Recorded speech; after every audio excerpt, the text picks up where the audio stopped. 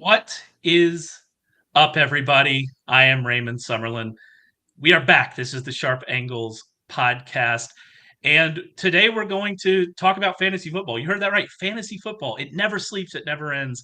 And that's because of the explosion of best ball fantasy football. And if we're talking about best ball, there's only one person to talk to about that, and that is Tod Burros. Tod, how you doing? How you living? How you feeling? I am about 25 drafts in. After promising Goodness. myself I wouldn't start early, the Underdog Fantasy Little Board at $3 each was my gateway drug back into best ball. Yeah. But I'm enjoying it. I just finished up studying all the rookies, and I am very eager to talk with one Mr. Raymond Summerlin about best ball. Well, let me tell you, almost as soon as the Super Bowl was over, I left and I went to Hot Springs, Arkansas, which I'd never been to before. I kind of liked it was nice. What They are have a you? nice little cute town there. What are you? FDR? Was he the Yeah, no, president? I was feeling great. No, they have a statue of LBJ, so I assume he spent some time there. LBJ's an alumni of one Texas State University, just like me.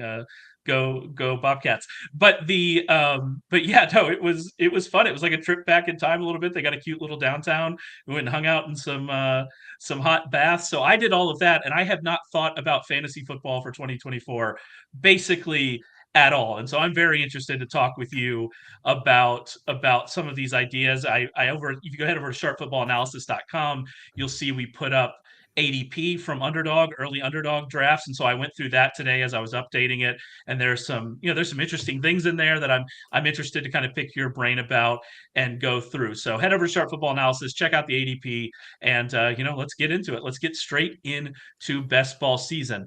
I think the most important thing, and you did a great series last year about strategy and going through from year to year, and some of it, a lot of it had player takes for 2023, but within it was also just basic strategy ideas of like how we're approaching things, how you approach a draft, where you should be drafting players, how you should be building teams. All that, by the way, is still up on the website, so you can go and check that out. But every year that changes. Like last year, we had different ideas about how we should approach drafts. And this year, we will have different ideas as well. This year, for instance, tight ends are definitely going a lot later, and nobody's really investing heavily in the position. Something we'll talk about later. So, as you look at last year and kind of your successes and failures, what are some lessons you learned from 2023 that you're going to try to apply to drafts as you start getting into this year? Well, I mean, first of all, I hate to correct such an eminent Hot Springs, Arkansas gentleman, but I'm finding overall tight end going much earlier. Um, we're just So, we're so that's just not interesting. So, we're just not seeing the first round guy, right? Travis yeah, Kelsey's not going in the first round. Laporta is going end of the second, beginning of the third. But in general, you are seeing the next couple tiers go earlier than I can remember. Yeah, no, I agree with you about that. I was more talking about we don't have that one high end kind of ADP guy like we have had in the past. And I Agreed. believe Laporta is actually going below where Mark Andrews went, or right around where Mark Andrews went last year.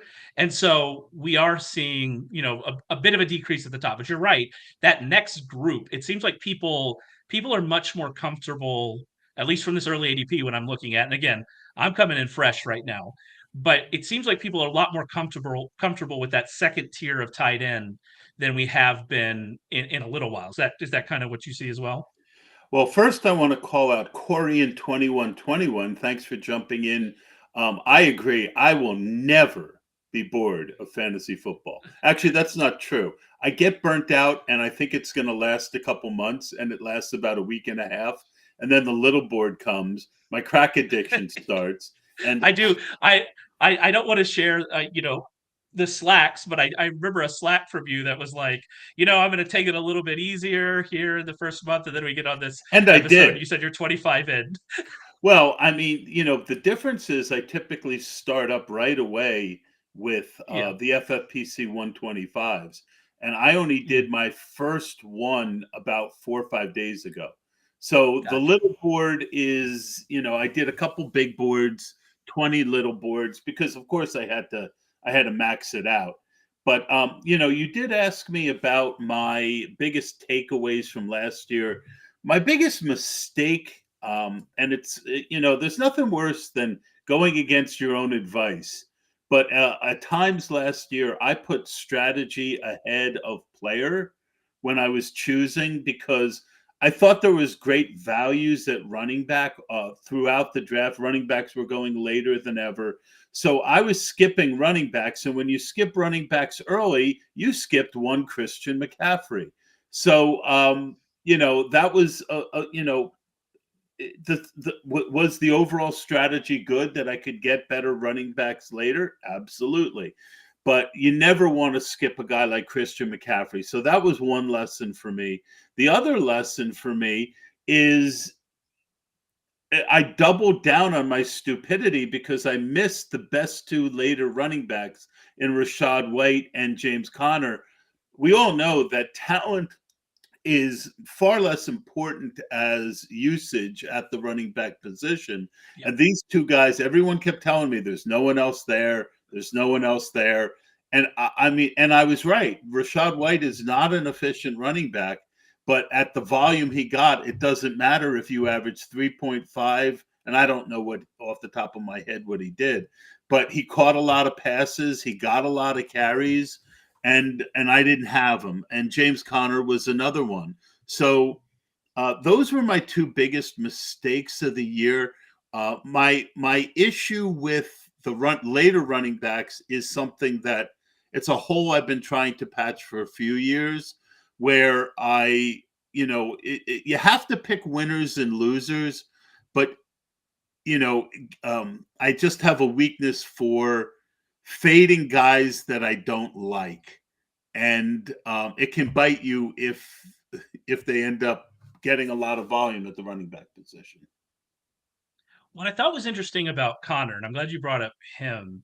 And so with Rashad White, the argument with Rashad White was always, not just that he was the only option, which turned out to be the case. My Chase Edmonds late round shares be damned, right? That turned out to be the way that it worked out. But the thing with White was we knew what his receiving pedigree out of school was, and we thought that he could be involved in that way, and that certainly buoyed his production. What's interesting about Connor is we didn't have really the same thing happen. I looked it up to make sure. Yeah, Connor finished with 27 catches in 13 games. And the fact that he was able to do that on that Cardinals offense that was better than we expected, but with Josh Dobbs wasn't great, was really, impressive. And I think it's a reminder that we are so often wrong about what's going to happen, and especially at running back, because touchdown play such a big role and are so unpredictable that we need to just make sure you're taking as much shots. And that's actually the thing I'm going to try to do this year.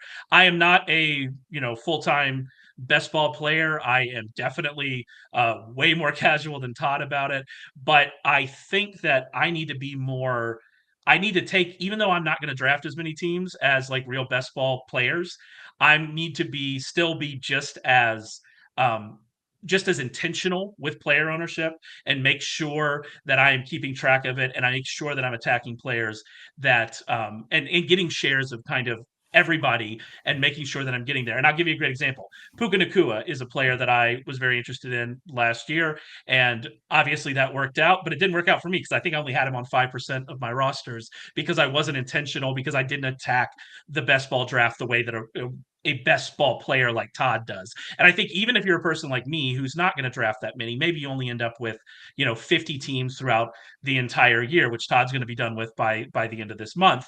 I think that you need to make sure that you're still applying those principles and being intentional with your player ownership. And that's something I definitely need to get better at moving forward. One thing based on what you just said, I need the shirt that says "real best ball player," right? Yeah, Like no, that's that. you. Like if You we need to do, make it. if we do the series again this year, I am going to have a shirt that says Ray Summerlin says "real best ball player." Yeah. And I can have a shirt that says casual. Casual best ball because that player. is 100% what I am. And I could I just am. kind of have you wander through this, Yeah, the back, we could just have like a Raymond meme wandering yeah. aimlessly through the best ball Just the streets. Travolta meme with me just like turning back and forth. The casual, not knowing, not wondering what I'm doing, donating my money to the Sharks, as we do. So thinking about that and thinking about kind of looking back at 2023, is there anything based on what we've learned, anything that you're leaning into this year, especially as I like we talked about a little bit with tight end. People are drafting differently this year. It happens every year. So is there anything you're really leaning into as we move into this draft season? Yeah, and you mentioned it earlier. You said something that every year things change. So I'm going to give you a overall thing, big takeaway that I'm going to try and implement this year. As best ball has evolved, our strategy has to evolve, and I feel pretty strongly about how to attack these drafts going forward. And then I'm going to go position by position and just review for everyone who hasn't done 20 drafts what's different about the board this year versus last Yeah. year. So my big thing is to spend even more capital in the double digit rounds on the rookies and second year Yes. players. All the more basically kind of have the mentality of I need to advance with my top 12 picks and or 10 to 12 picks, and my last, you know 6 to 8 picks have to be upside, mostly upside players who can get, you do have to do some roster fluffing. I need a third tight end, I need, but making those players for the most part people with upside and youth.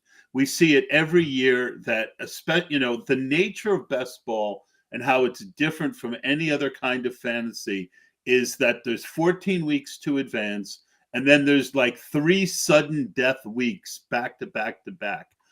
And breaking my teams down to make sure that they have enough in the front end. And sometimes you're going to think about the back end in the front end of the draft, but really kind of thinking with each team, all right, how am I going to advance with this team? And then if this team is lucky enough to make it out of 14 weeks, what's going to make it special to supercharge it to try and get to the final week and win the big money?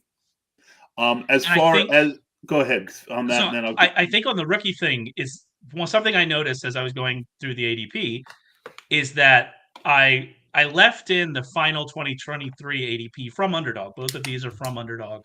Um, because I wanted to see kind of what the change was.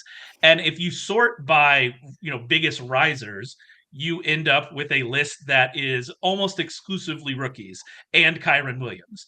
That's the list you end up with. And so what we see, and this is the same thing year over year, is these breakout players very often are rookies. And so if you're talking about how am I going to find value in the later rounds, well, looking at the rookies is a good place to start. And I mean, the list from last year that you could have found of players, especially players that were great later on in the season, in those later rounds, just focusing on rookies. I mean, it's immense, and it's something that it's something that we see year after year after year. And so I think that idea, focusing on pour the rookies, especially now, pour one especially out for now, my Tank Dell.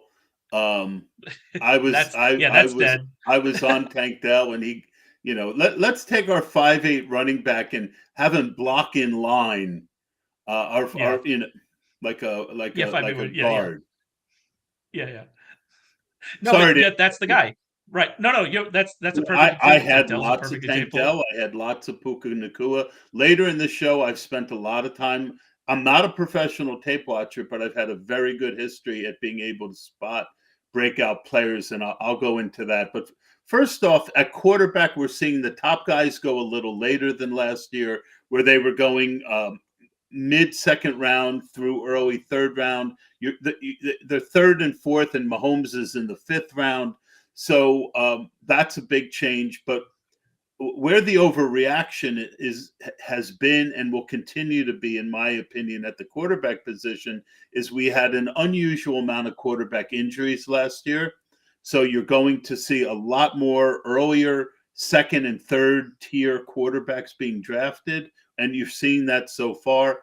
And then I think once we drop on underdog from 20 rounds to 18 rounds post draft, you're going to still see way more three quarterbacks than last year, when historically two quarterbacks versus three quarterbacks are a toss up. I am going to be if that's the case, I'm going to be getting two better early quarterbacks on a lot of builds. At running back, we're seeing the running backs go earlier than we had the last few years. And I'll go into a little bit of strategy later on how I'm kind of dealing with that. Wide receivers are, after being the hot commodity the last two off seasons, we're seeing that drop back a bit. And then tight end, we are also seeing the good tight ends go much earlier than historically, other than Travis Kelce. And so the board has flipped on its head a little bit. And Ray, you and I can go through kind of some strategies on how to handle that. I think the quarterback aspect of it is a good place to start with the strategy on it, because Rich and I talked about this at the end of last season, trying to predict where we were going to go. I thought we were going to see uh, a general kind of fall with the top quarterbacks, and outside of Josh Allen, it seems like that is what we've seen. But what's interesting about it is when you look at the quarterbacks that are still up there near the top, we still have a lot of what I would consider more kind of, they're going to lean more on their passing acumen. Patrick Mahomes is still the QB4, CJ Stroud QB5, Joe Burrow QB7, Dak Prescott QB8, right? And so I thought we would see more of those guys be hurt a little more, dinged a little more than we've seen here. And so that's a bit interesting. And I think your point about the injuries, about what we saw with some of these quarterbacks, and people wanting to, I guess, look at 2023 as like this is the norm for quarterbacks. That's also fascinating, because if you can just have an extra roster spot for wide receiver and running back that most other teams don't have, that seems like a massive advantage to me. Yeah, well, and the key is, and one of the big things that people get wrong, in my opinion, in best ball is, you want enough weight at each position to win. And people got better at it last year, but historically, you'll find a lot of lineups where I want to be a zero running back team, but you still draft 5 running backs in an 18-round draft. When, the right strategy, because you don't have enough weight at the top of the draft, you need more weight in the number of players you have at that position, right? It's kind of like a seesaw, and you want each position to have a certain amount of balance. And so that is a strategy that is very important. So I'm not going to take Dak Prescott and the 30th, Daniel Jones as my two quarterbacks, right? If I'm going with a two quarterback strategy, you want two guys who you believe are going to be top 15 quarterbacks, right? If you believe Daniel Jones is going to be a top 15 quarterback this year, great. Then he can be your second quarterback.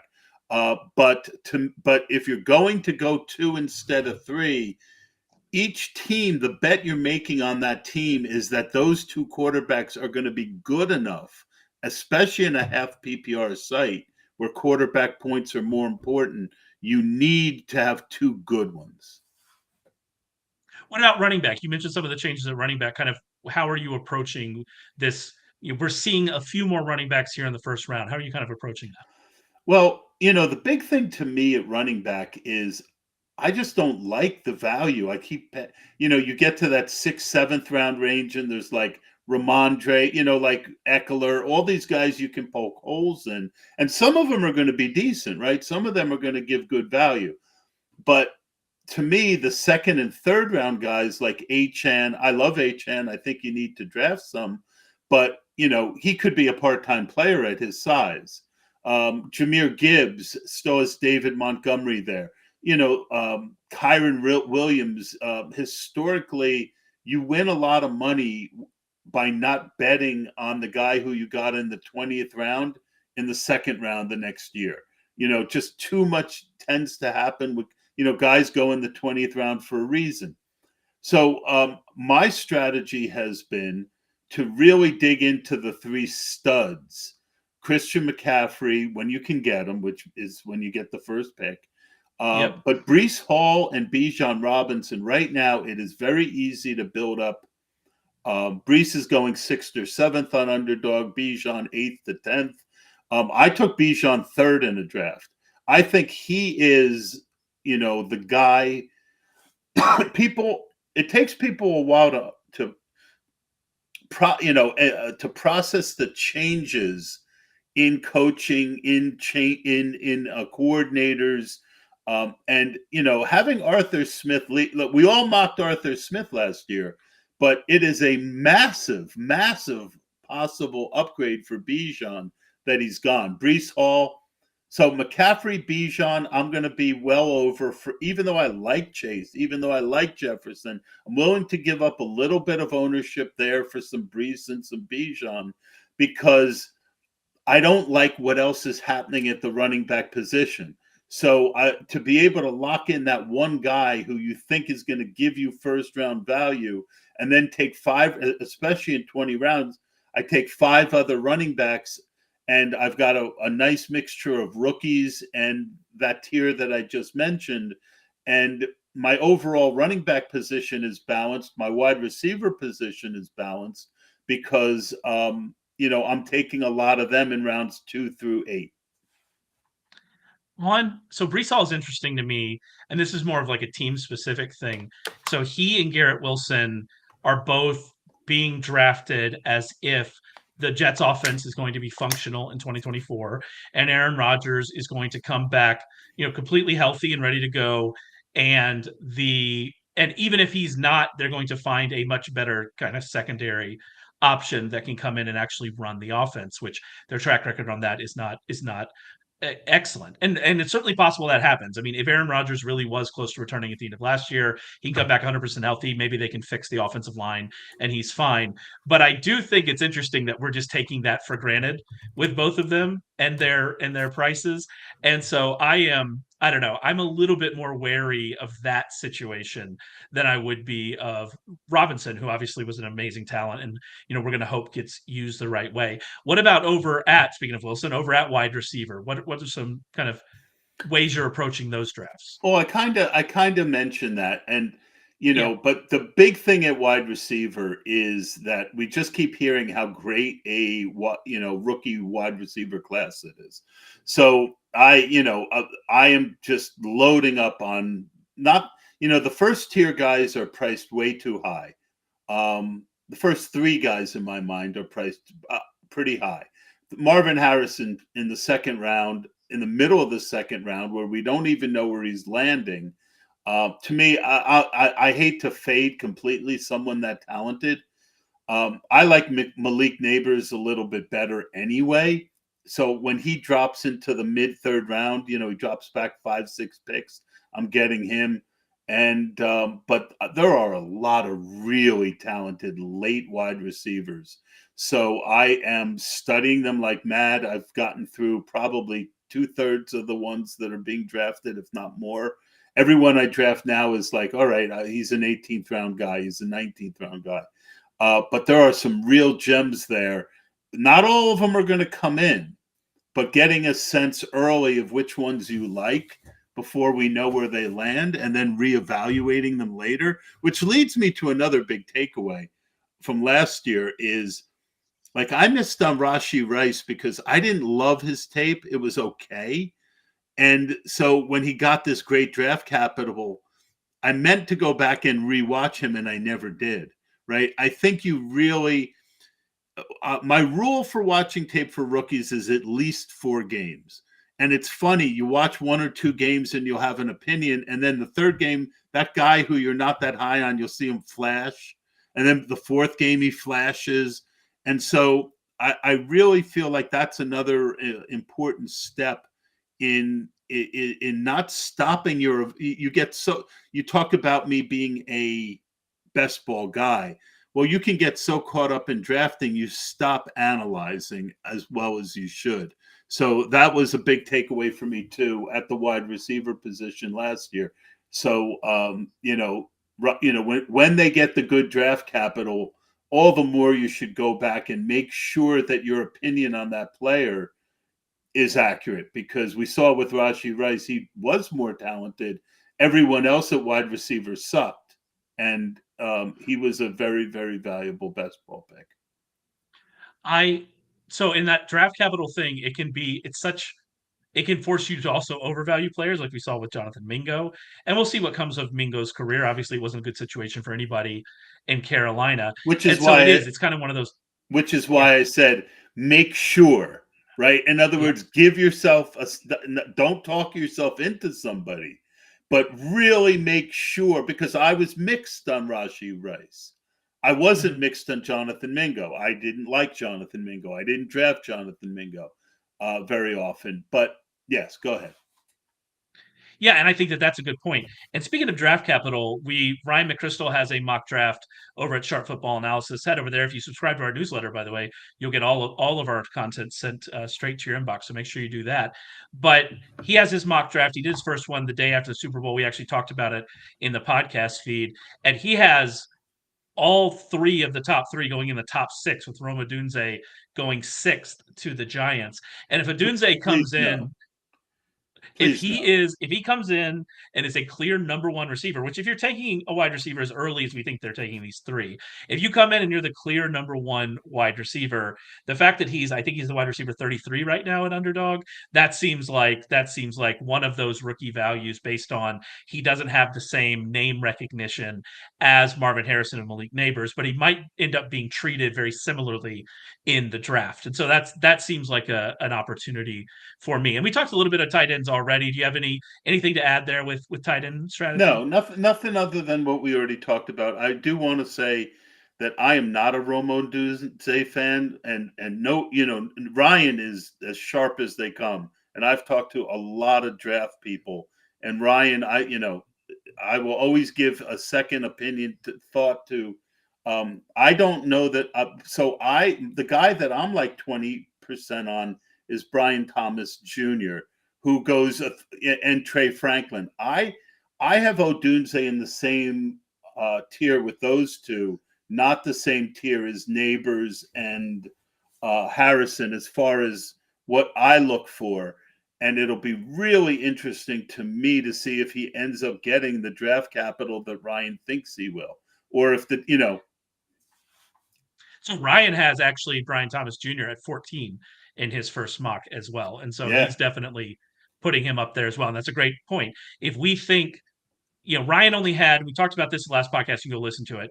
Ryan only had 5 wide receivers in the first round, where I think if you look at some other mock drafts, you're going to see more like 6 and maybe 7.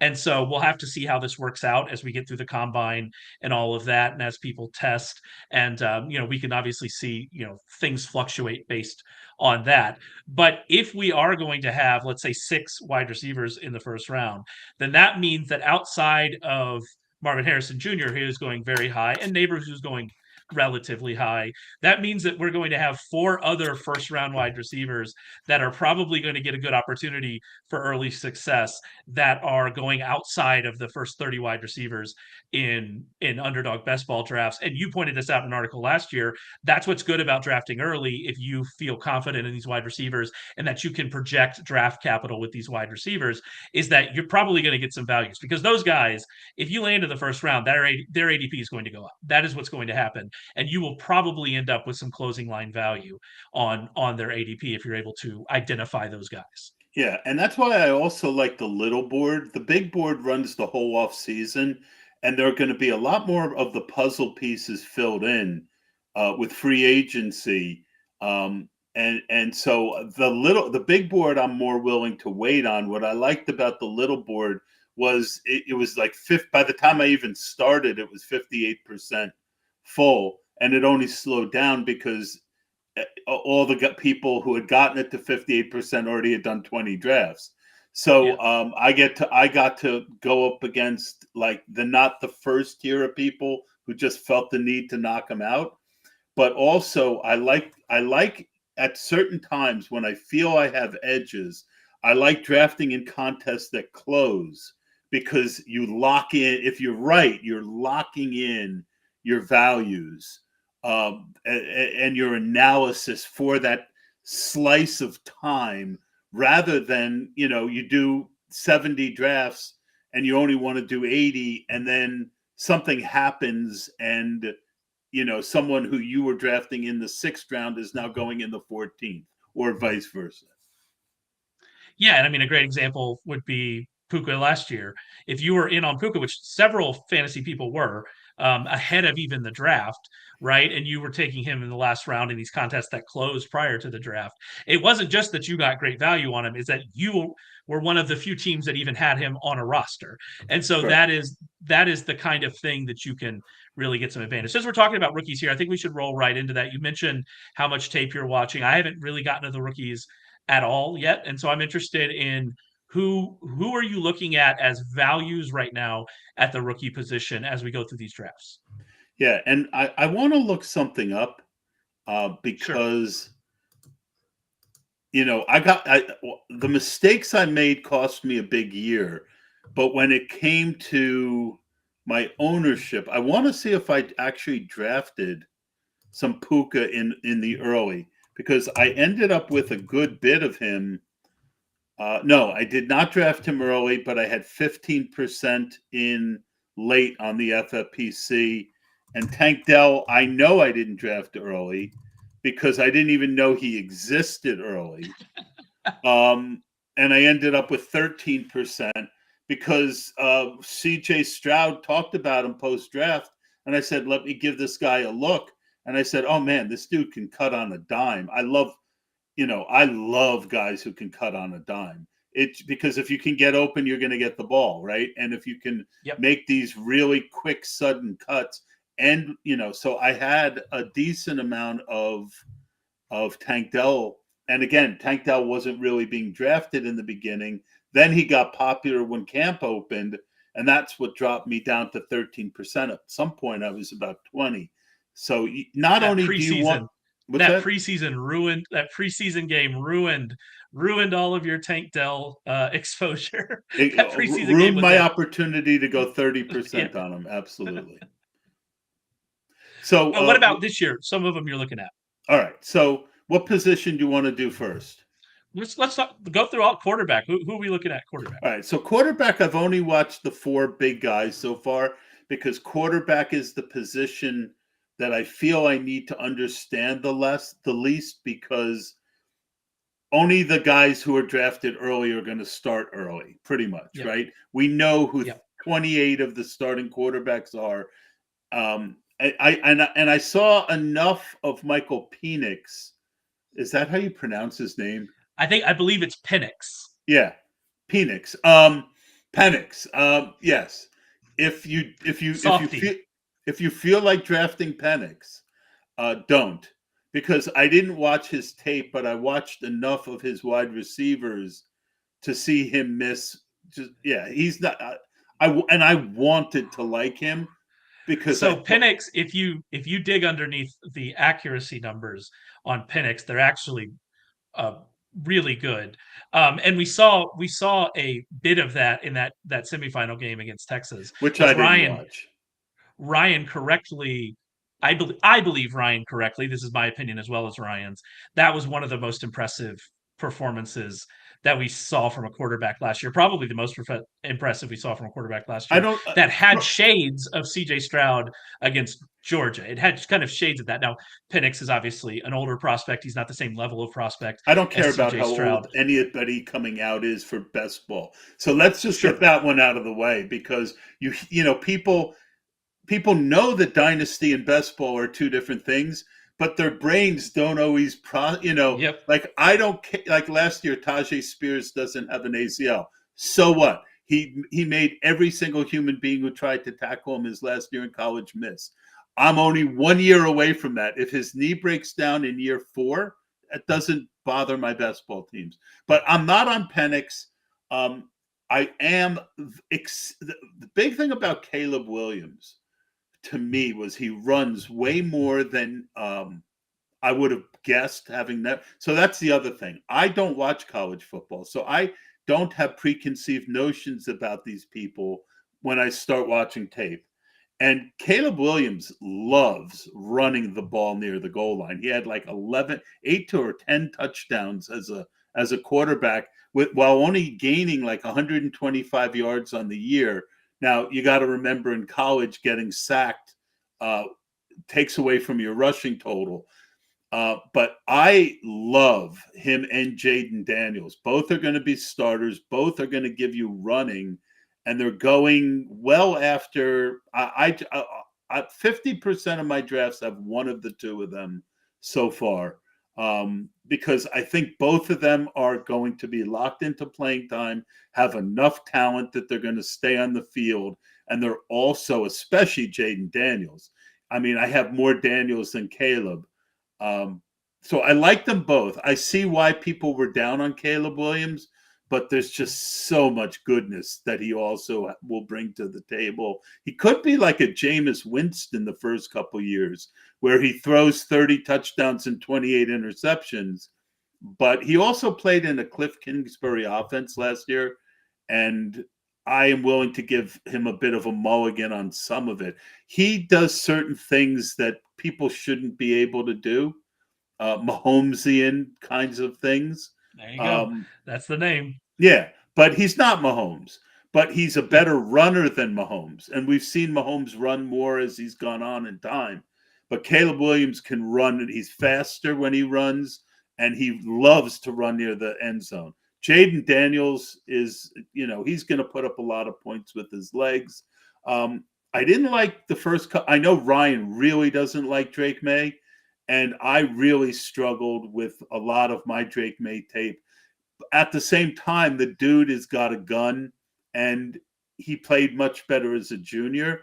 If he gets that draft capital, I got to start adding him more, because if he ends up in Washington with those receivers, he could be good.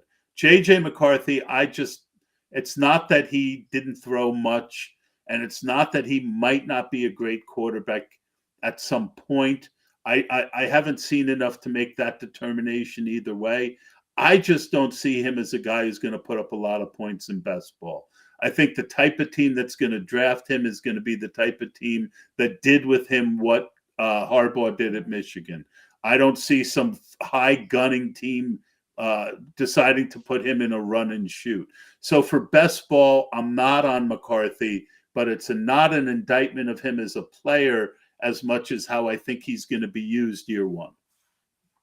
And that's also where draft capital for May and McCarthy, because we've heard, I mean, Ryan and I talked about it, I think, last week, and we saw a report. I guess it wasn't even really a report; it was just some chatter from one of the Atlanta Falcons writers that maybe McCarthy is going to be the third quarterback and Drake may be the fourth quarterback. And if we see McCarthy in the top 10, is that kind of change what we're going to see from him? So yeah, I think that's an interesting kind of thing to watch as we get through this draft season. What about at running back? Who are some running backs you're in on at best ball at their current ADP? Yeah, so at running back, um, I like a bunch of the later guys, which is always nice. Like, I famously loved Tajay Spears late last year, and it was a little bit of bad luck that he never got a chance to have a game without Derrick Henry, and he certainly put up plenty of points without that. Um, Marshawn Lloyd of USC, Jalen Wright of Tennessee, and Ray Davis of Kentucky are three later running backs that I really liked. First of all, this is not a good running back draft by any means. Anyone will tell you that. You're not going to see a round one running back. You probably will see a round two running back, but at the same time, Ray GQ. I don't remember what his full Twitter handle is, but he made a great point on a podcast that I watched with Theo Greminger. And he said the NFL is always going to need young legs to take carries. And some of these guys are still going to get a lot of carries. So there are a lot more big backs in this draft than we've seen. Big backs are actually good for half PPR on Underdog. Estime, the Notre Dame back, is probably my favorite of the big guys. But Marshawn Lloyd is big, but he has the kind of speed through the hole. So overall, what I look for when I watch tape, I mentioned the term flash. When I need to see someone like do something. I don't care what the skill is that looks well above average. In other words, because what I found is the people who do one thing really, really well, like Devin A. Chain last year, who I was very much on. He was my number 3 running back. I liked him very much. I thought, his speed was something that I thought would translate. And the knock on him was he was too small. But when I watched tape, he was pushing the pile on off tackle plays. So you want guys who flash, and Marshawn Lloyd flashed for me in the sense of getting through the hole, that burst. I don't care as much about the guy who can, get you an 80-yard run because it happens so infrequently in the NFL. But that guy who can get through the line and get to and through the second level with speed and power, a lot of times is the guy who's going to get the ball a lot. The second guy, Jaden Daniels, is kind of an A-chain type with just a tremendous amount of speed. He didn't get a lot of carries, but he's a home run hitter. He goes in the last round. I have a ton of him. And Ray Davis, I don't think there is a Tajay Spears in this draft, but if there was, it would be Ray Davis. He's an older back, but he does everything well, and he flashes in everything that he does. He makes great cuts. He has good speed. He has good vision. He can block. He can catch the ball. He's a guy that I could see. Whenever you're taking someone late at this point, you're guessing on landing spot and opportunity. Very few of these guys are going to land as a starter. But what I want is a guy who, if he gets the opportunity, is going to have the ability to crush, because you might only get 3 or 4 games out of a guy like that. You want them to be able to put up massive points. Actually, we've talked about a couple of the wide receivers that you're in on with Brian Thomas and Trey Franklin. Anybody else from that position that you're drafting a lot of right now? Yeah, I also want to talk about a couple guys I don't like as much as consensus. Sure. At running back, Blake Corum.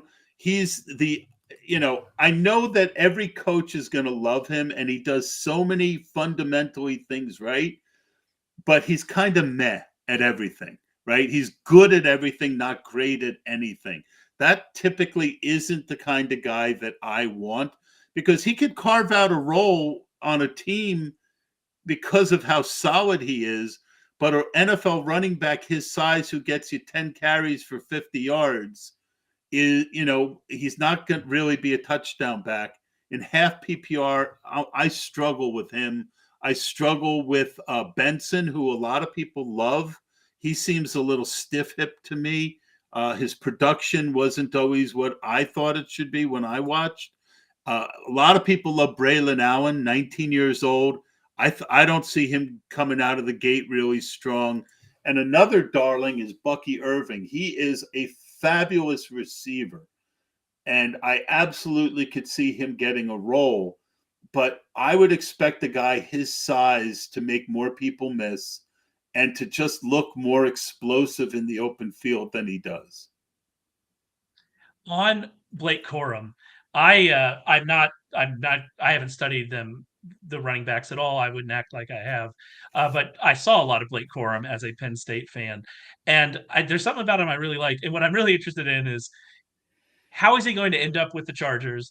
And will Austin Eckler still be there? And if he's just the lead back with the Chargers next year on a Jim Harbaugh team, what might that look like? And I'm very fascinated by just playing the odds that Blake Corum will be back with Jim Harbaugh next year, and hoping that he's going to get that kind of workload is at least It's interesting to me. certainly at this point in time, we're telling each other stories. There's a Yeah, lot of stories we're telling. Unfortunately, that is a 1 in 32 story. sure, Now, sure. I would also say that that's not exactly fair either. So maybe the odds are 4 of 32, right? Because he likes him. He's more likely to take him. But even still, a bunch of other things would still need to go right for him.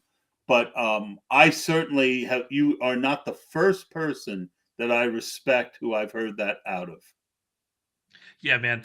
Blake Corum with Jim Harbaugh and Greg Roman. That's that's heaven right right there. I That saw is, that you had on your lower than consensus. I saw you had Keon Coleman, which is interesting because I learned that with Ryan on the last podcast we did, who he didn't have him in the first round, and it seems like every draft person dislikes Keon Coleman, and it's I have interesting. noticed that.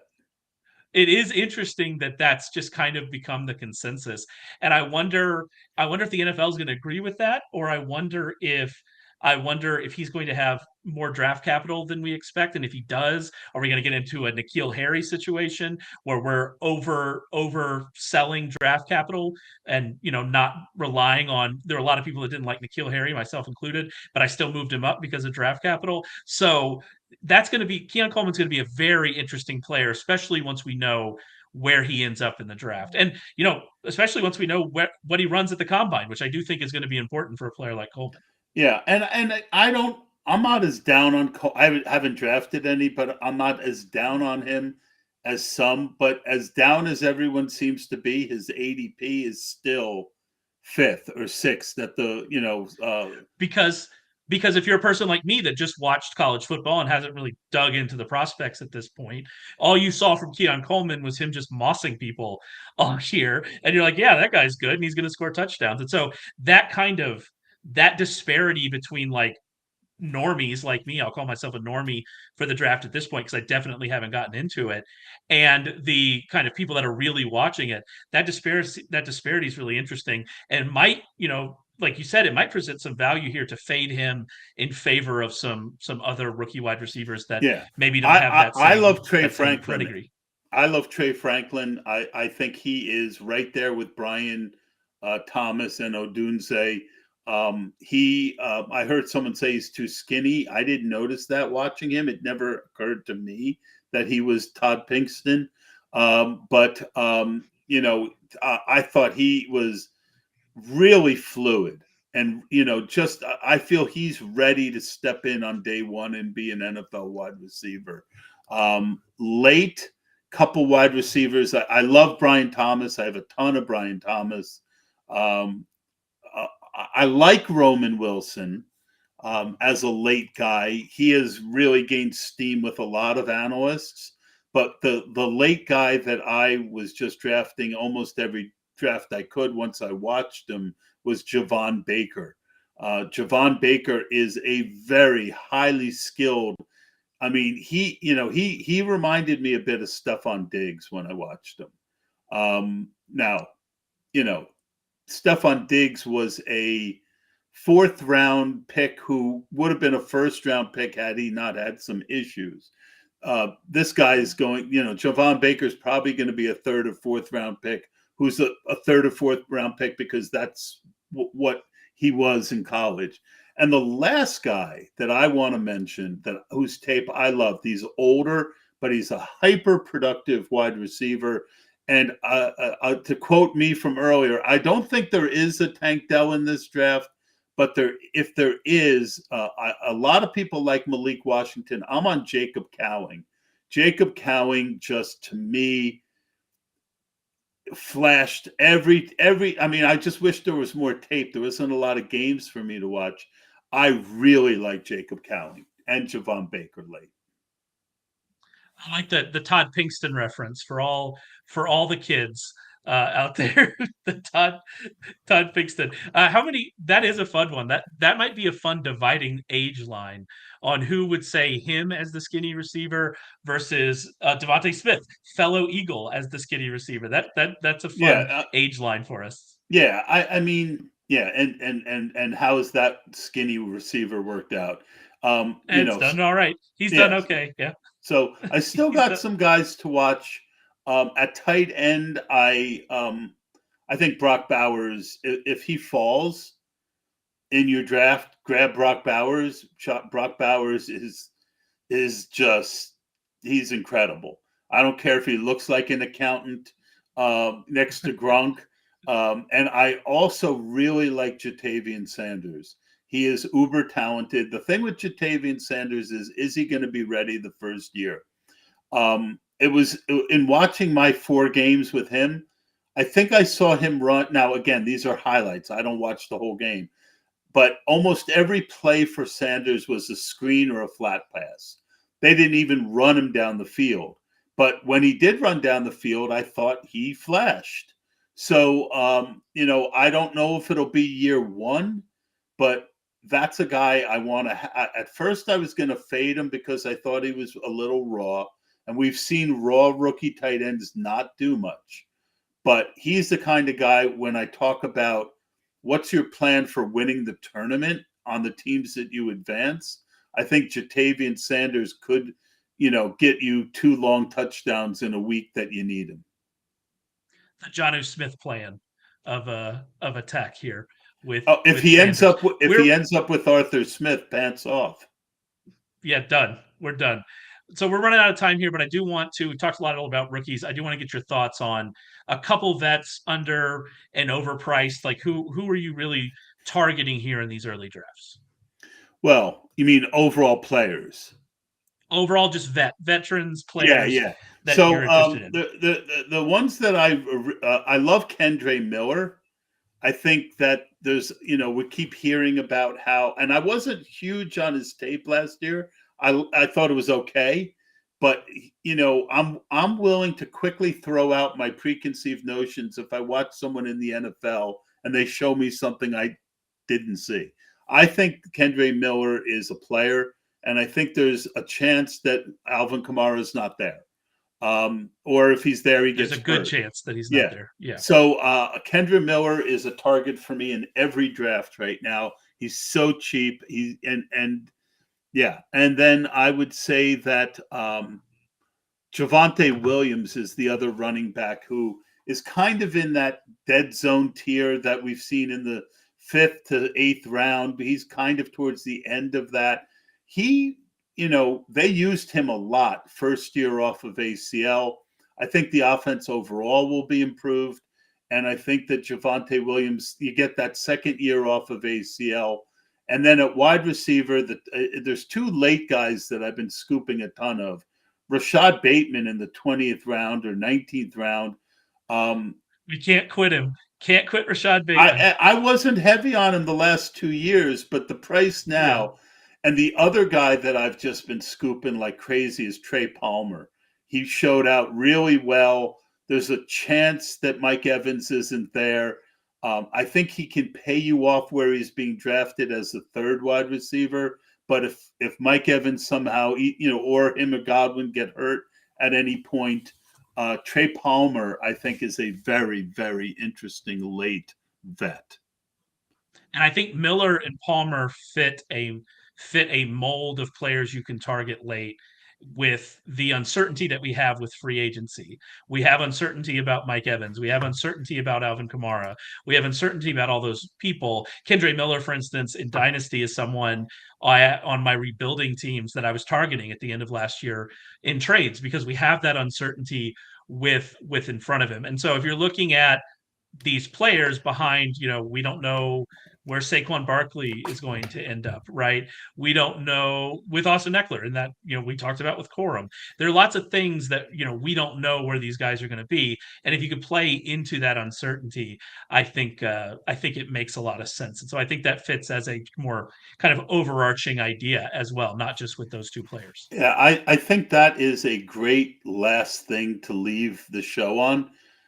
This is the time of year, as important, we've spent most of the time on rookies, but free agency, the uncertainty about those who are going to be free agents and the uncertainty of those who, like Trey Palmer, may or may not benefit from free agency is the biggest advantage if you're playing a longer contest like the big board that's going to close before the draft. That's the best opportunity that you have to gain an edge every year because the rookies are going to stay pretty good values right up till draft. Some will come up and or down a little bit, but the free agencies, once their situations are known, the discount is gone.